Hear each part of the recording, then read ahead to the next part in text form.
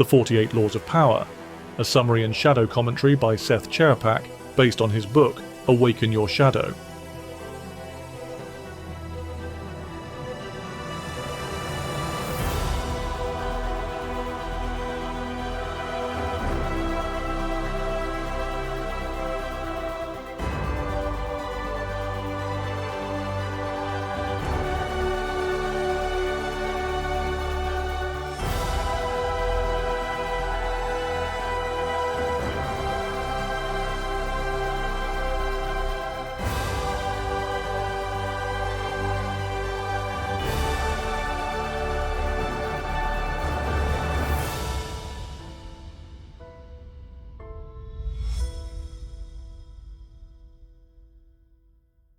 Part 1.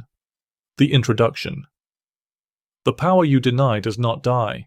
It Changes Masters, by Seth Czerepak. There is a book people read with the door closed. They do not quote it in church. They do not leave it on the table where guests might see it.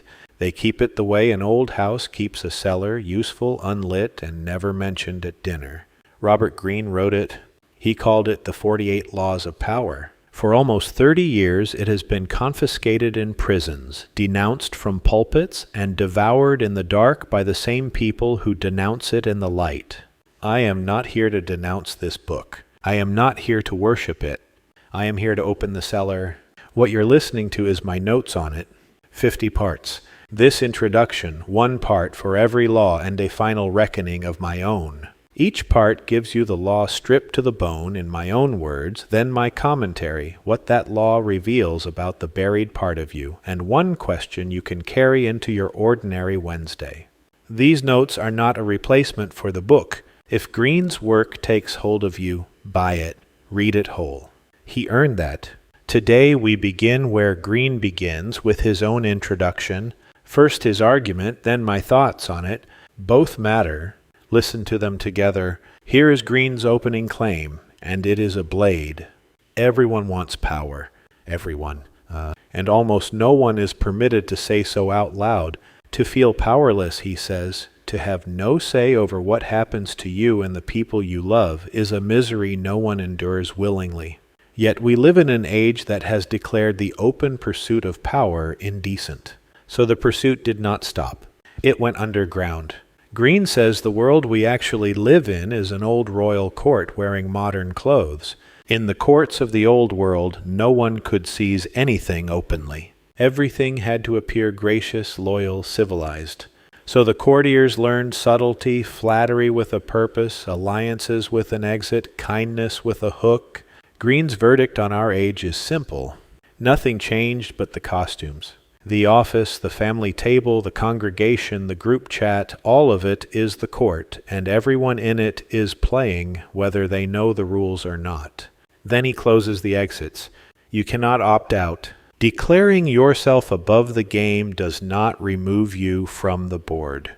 It only means you play blind, and the blind are moved by the sighted, and the ones who announce their innocence the loudest, Greene warns, are often the most devious players of all, wielding their honesty as a lure, their weakness as a leash, their moral purity as a crowbar. Power, he says, is neither good nor evil. It is a game, and it rewards the student, not the saint. One more piece of his argument, and it may be the most important. The great enemy of power is uncontrolled emotion. Anger clouds the field. Infatuation blinds. Even love unwatched becomes a hand someone else moves. So Greene reaches back 3,000 years through Machiavelli, through Sun Tzu, through the courts of Europe and Asia, and distills what survived into 48 laws. That is the book. That is the cellar door. Now my thoughts, because Greene's diagnosis is nearly perfect, and his prescription is missing its final page. When Greene says everyone wants power and no one may admit it, he is not describing a scandal. He is describing repression at the scale of a civilization, and I have spent 30 years learning what repression does. What you bury does not die. What you bury gets buried alive, and it scratches at the door of its prison until it finds a way out. The hunger for power is not the exception in you. It is the rule. Deny it, and it does not disappear. It goes underground and comes back wearing one of two faces. The deficit, the person who cannot ask, cannot lead, cannot say no, liked by everyone and followed by no one, or the counterfeit, the manipulator, the tyrant, the courtier with a knife behind the smile. Same energy, same exiled self. Two costumes. That is why this book frightens people. Not because it teaches manipulation, because it holds up a mirror, and the face in the mirror is not a stranger's. So when Greene says no one is above the game, I go one step further. The claim of being above the game is itself a move in the game, and usually the shadow's favorite one. Your shadow self is not your enemy. It is your higher self in exile, waiting to be welcomed home. That is the whole argument of my book, Awaken Your Shadow, and it is the lens I will hold up to every law in this series. Whoever refuses to study power is not virtuous.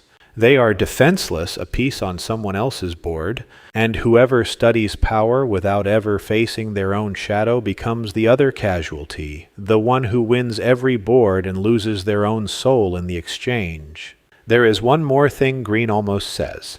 He tells you the court is the game. I tell you the court is a spell, a frame so familiar you stop noticing it is a frame, mistaken for reality itself. Greene teaches you to play the board brilliantly.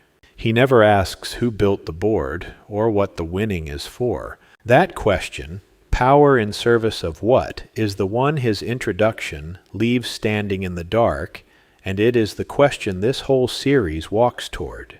My answer waits in the final part, and it has a name. Sovereignty. Not the power to rule others through fear, but the freedom of a soul that cannot be ruled through fear. Ungovernable. Until then, we will do what Greene's own method demands and what shadow work requires. We will make the unconscious conscious, so you stop calling it fate. Integration, not exorcism. Authorship, not appetite. That is the work. Do not take these notes to become a better predator. Do not take them to confirm that the world is wicked and you are its victim. Take them the way a watchman walks the walls of an old city at dusk, learning every gate, every weakness, every place the enemy has entered before.